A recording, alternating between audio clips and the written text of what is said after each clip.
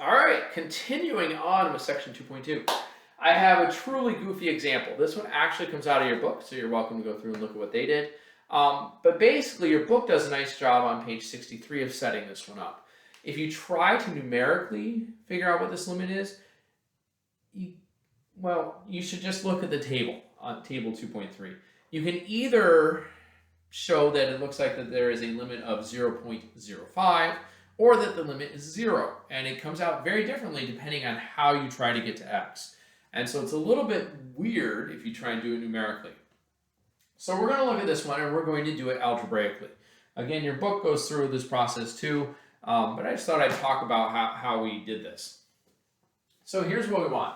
We want the limit as x approaches 0 of the square root of x squared plus 100 minus 10 all over x squared.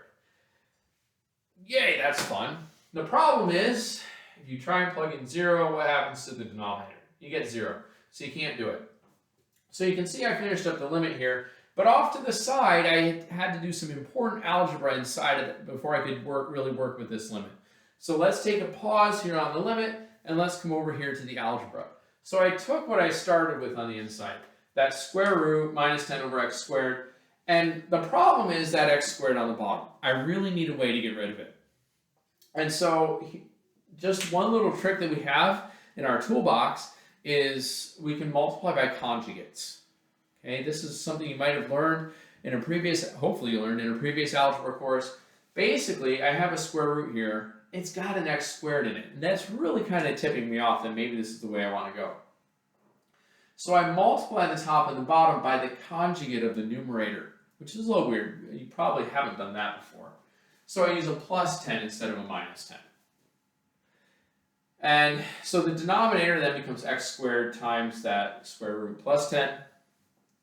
But notice that what happens with the numerator. When you multiply conjugates together, the only two terms that are left are, in this case, the square root. But since it's been multiplied by itself, what happens when you multiply the square root by itself? You just get the stuff on the inside. And then 10 times 10 is 100, and it's a minus 10, so we get a minus 100. Right? Those middle terms are going to drop out.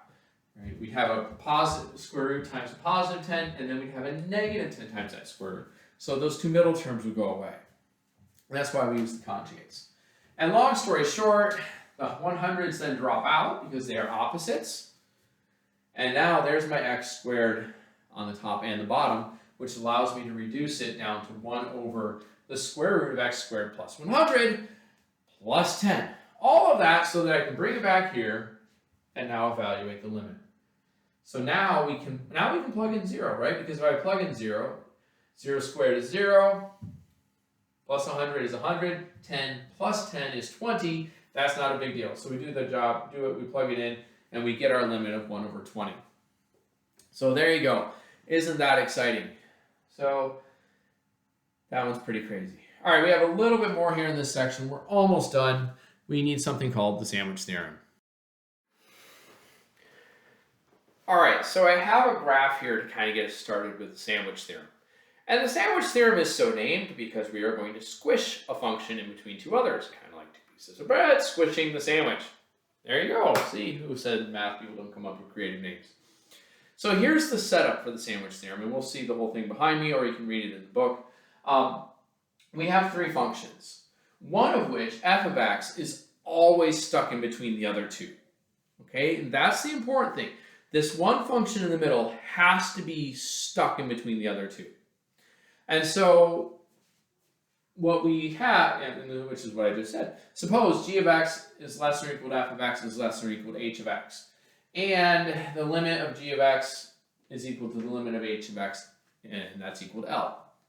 All right, so here's what happens. You have these two functions, and we know their limit at x equal, we know the limit as x approaches c for both of them is equal to L. Well, here's the thing. If this other function is stuck in between, it doesn't have anywhere to go, right? You can kind of see it on my really nasty looking graph here, but these two functions, h and g, are coming together right here, and so f of x has to come to that same place because it's sandwiched in between the two of them. And so this is useful if we have a function that we can't figure out its limit, but we can bound it by two functions that we know whose limits we know. And so, because if we can do that, then we can say that it has the exact same limit. All right, and let's look at an example. All right, last example from the sandwich theorem. Let's find the limit as theta, an angle, approaches 0 of sine theta. So basically what happens is the sine function comes in on 0. Well, we have this little piece of knowledge about some trigonometry. That the sine of an angle is always stuck in between the opposite of the angle and the negative and positive of that angle, basically. We have the absolute values there just to nail it down, just in case, theta is a negative angle. But the sine of the angle is always in between the opposite of the absolute value of the angle and the absolute value of the angle. And so we can definitely say that if we call the opposite of the absolute value of theta g of x and the positive absolute value of theta h of x, that as we shove theta down to 0, those are both going to go to 0. Okay, absolute value is pretty straightforward.